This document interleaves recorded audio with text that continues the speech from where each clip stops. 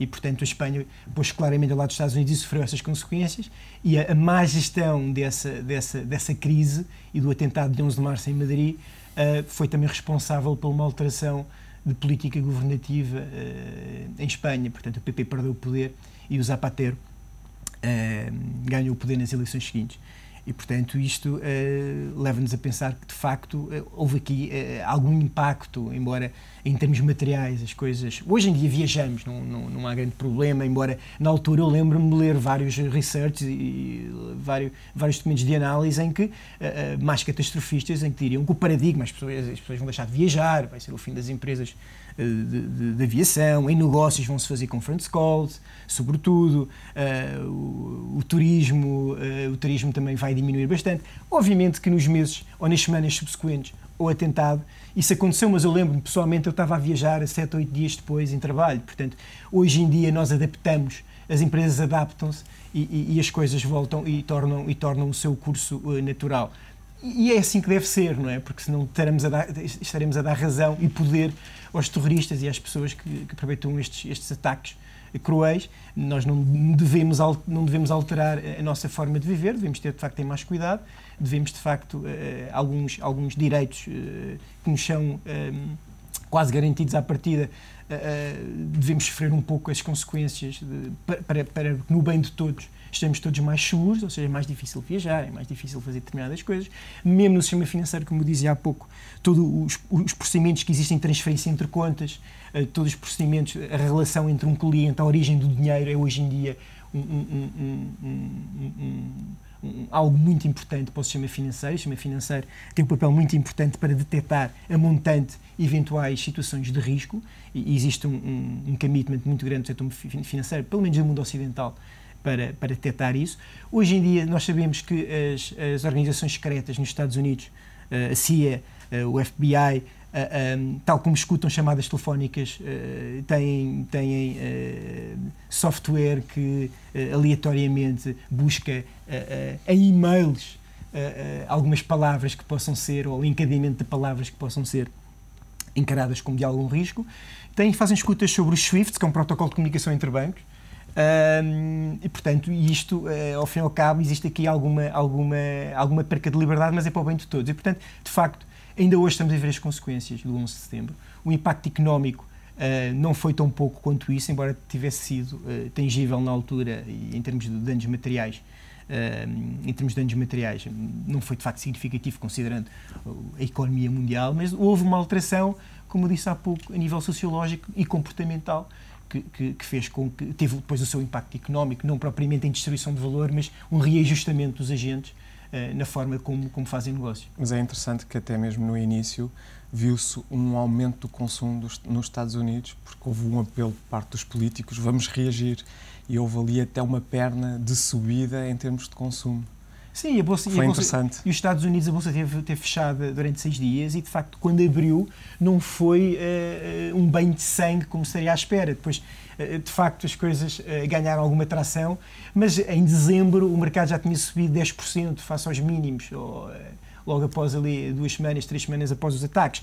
Outra coisa interessante foi que, em termos técnicos, não houve uma recessão, porque não houve um recuo do produto durante 2 trimestres consecutivos, mas um ano depois o National Bureau of Economic Research, que utiliza outras métricas para de facto oficializar o evento de uma recessão ou não, detectou que em 2001 e no último semestre houve uma recessão, não técnica, mas uma recessão real, onde, em termos qualitativos, se olharmos para a evolução de algumas variáveis macroeconómicas, emprego, confiança, investimento, consumo, apesar de não resultarem em números negativos em termos de crescimento do PIB, houve de facto um abrandamento de tal forma significativo que fez com que o National Bureau of Economic Research classificasse aquele período como um período de recessão.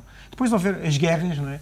As guerras em 2002, que levou, foi por trás, ou foi com este argumento que houve a guerra, que houve a invasão no Afeganistão e que houve depois a segunda invasão do Iraque, e depois o mercado, a partir do segundo semestre de 2002, recuperou até 2008, entramos num novo ciclo económico de reajustamento, ou seja, o impacto psicológico foi muito grande no momento, mas os mercados têm tendência a se adaptar, a se reajustar e a canalizar o dinheiro para áreas que são menos afetadas.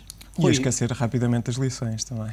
O Nuno falava de um ponto interessante e que acaba por estar relacionado também com esta recuperação que foi até mais rápida do que se estava à espera. O facto de, primeiro, tratar-se, obviamente, da maior economia do mundo. Segundo, o facto de os principais ativos de refúgio estarem localizados também em território norte-americano. Acaba por ser também uma forte ajuda, apesar, naturalmente, de uma catástrofe como esta. Sim, mas como estávamos a falar, a catástrofe, quer dizer, não se pode contabilizar em termos do intangível das vidas humanas o que foram aquelas perdas, mas foi muito concentrado e não foi, como o Nuno estava a dizer, uma extensão para aí além em termos de danos materiais, de quebra de PIB. E depois tivemos realmente uma grande injeção monetária por parte do Banco Central norte-americano e que manteve durante muito tempo.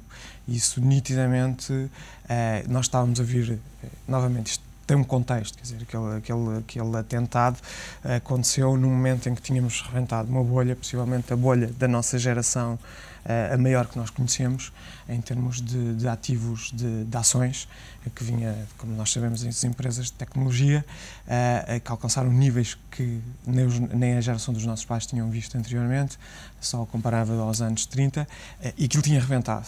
E realmente estávamos num caminho down, mas a Reserva Federal Norte-Americana conseguiu, com a sua baixa nas taxas de juros e com tanta injeção de liquidez na economia, conseguiu meter a economia a funcionar, inflacionando outra bolha, que neste caso o mercado imobiliário norte-americano. E por isso é que nós tivemos que o resto nos é familiar, com os programas de quantitative easing. E que nos trouxe até agora, não é? De facto, e estamos agora novamente a viver um momento onde as políticas monetárias se mantêm em território muito expansionista e considerando as ameaças que temos hoje em dia, por aí se deverão manter durante mais algum tempo e não sabemos se irá causar depois subsequentes outras bolhas, eventualmente noutros setores, noutras áreas, porque... Sim, nunca é o mesmo setor, não é? O setor financeiro e o mercado de capitais tem este defeito ou qualidade que é de reciclar bolhas atrás de bolhas e existe uma grande dificuldade de aprendizagem e é muito complicado. E por isso é que também que a semelhança da história é cíclica, os mercados são muito... Não, os mercados também são cíclicos, mas repetem sempre os mesmos erros em contextos diferentes. Não é? Portanto, existe uma justificação, as pessoas são inteligentes, como é óbvio, mas estão perante contextos diferentes, aplicam basicamente as mesmas receitas que obviamente desencadeiam resultados depois similares. Se formos perceber a maior parte das crises financeiras que nos afetou nos últimos 50 anos, tiveram todas a ver com a criação de bolhas. Antes das bolhas, essas bolhas só foram criadas porque houve liquidez a mais e porque houve complacência a mais por parte das autoridades regulatórias. Excesso de crédito, eu diria que é das maiores razões, tal como o Rui há bocado ali afirmou, para a criação de bolhas e depois as bolhas, invariavelmente, é uma questão de gravidade, acabam por rebentar e depois causar outros danos. Como estavas a dizer, Nuno, que as pessoas não são estúpidas, as bolhas começam por histórias credíveis e com fundamentos, não é? São o levar dessa história ao exagero e especialmente utilizando dinheiro emprestado, crédito. Olhando e voltando, e acho que é interessante para os telespectadores que nos estão a ver, e aproveitando que temos duas pessoas que estão diariamente, chamemos-lhe, e pode parecer uma analogia um pouco injusta, mas que estão no campo de batalha diariamente, ou seja, lidam diretamente com os mercados todos os dias. O que é que nestes momentos, quando acontece uma situação desta, já falamos de aspectos mais gerais, a frieza, o estar atento e o famoso movimento do bear, que é manter-se quieto e fingir-se de morto, ou seja, não fugir, não tomar medidas precipitadas. Mas o que é que acontece dentro de uma sala, numa altura em que estão a olhar, imagino, para as televisões, estão na internet a tentar consultar mais informações? O que é que acontece? Os telefonemas, os superiores, no caso, o que é que dizem? O que é que comunicam o que é que dizem entre colegas uns aos outros? O que é que dizem os investidores? Não sei se telefonam ou não, a perguntar o que é que eu faço aos meus investimentos, onde é que eu coloco, como é que vamos lidar com toda esta situação? A minha experiência do próprio 11 de setembro teve mais a ver, toda a gente ficou incrédula. Foi mesmo um grande choque. Nós acabámos por só, na antiga instituição onde eu trabalhava, Reuníamos só muito mais à tarde, no final do dia, na verdade. E aí é que começámos a discutir as coisas mais aprofundadamente. Acho que, apesar de todo o treino que tínhamos, reagimos um pouco como seres humanos emocionais nessa altura. Porque foi realmente uma situação que não propriamente relacionada com o que nós estávamos habituados e que estamos habituados a assistir em mercado, ou seja, indicadores mais para baixo, mais para cima, algum discurso de um membro da Reserva Federal ou do outro Banco Central, alguma atitude, como por exemplo do Banco Central suíço agora. Estamos mais adaptados a conseguirmos ter uma reação. Nessa altura foi mesmo uma coisa mais emotiva e mais humana, e como eu disse, só umas horas depois é que conseguimos entrar num ritmo mais pensar o que é que isto significa em termos de negócios e em termos de mercados. Bruno, o teu telefone tocou muito nesse dia. Tocou, mas o engraçado é o fenómeno de que na altura eu trabalhava numa sala de mercados e obviamente as salas de mercados são sítios onde normalmente a gestão da informação é muito importante.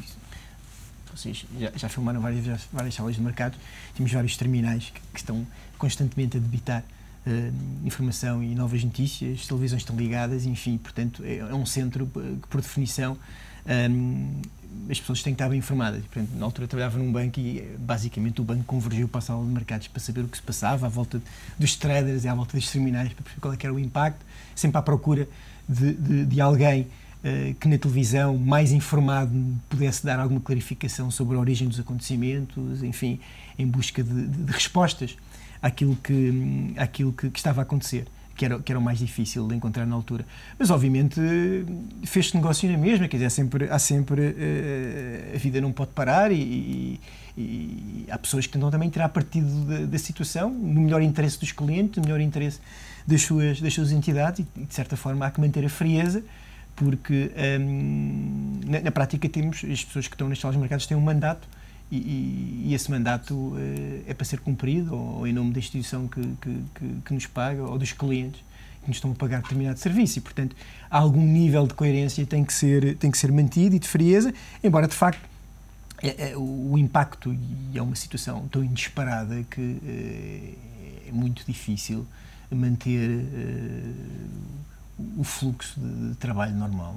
Lembras-te, não sei se a informação eventualmente que possas não nos explicar, mas lembras-te se tiveste que mudar a tua estratégia nesses momentos? Depreendo que estivesse a acompanhar o mercado de uma determinada forma, depois fizeste algumas mudanças. Não lembro, por acaso, 2000 e 2001 tinha sido um ano, já estava a ser um ano muito difícil para quem geria ativos com risco. E, portanto, não era exceção. Eu lembro que, por pura sorte, eu e as pessoas que trabalhavam comigo tínhamos decidido reduzir bastante a exposição e, portanto, até estávamos, de certa forma, tranquilos com aquilo que estava a acontecer. E enfim, até tentámos nos aproveitar da situação e carregar e aumentar o risco naquela altura, porque sabemos que por muito cruel que possa parecer, isto invariavelmente é também uma altura, a altura de crise é boa para... São oportunidades, porque nós sabemos que nos mercados existem dois sentimentos que estão no DNA, não é? Estão no DNA dos mercados financeiros, que é o medo e que é a ganância. E uma das coisas que aprendemos é perceber qual é que é o sentimento dominante do mercado e tentar contrariar esse sentimento dominante, perceber se é um sentimento exagerado ou não e tentar tirar partido.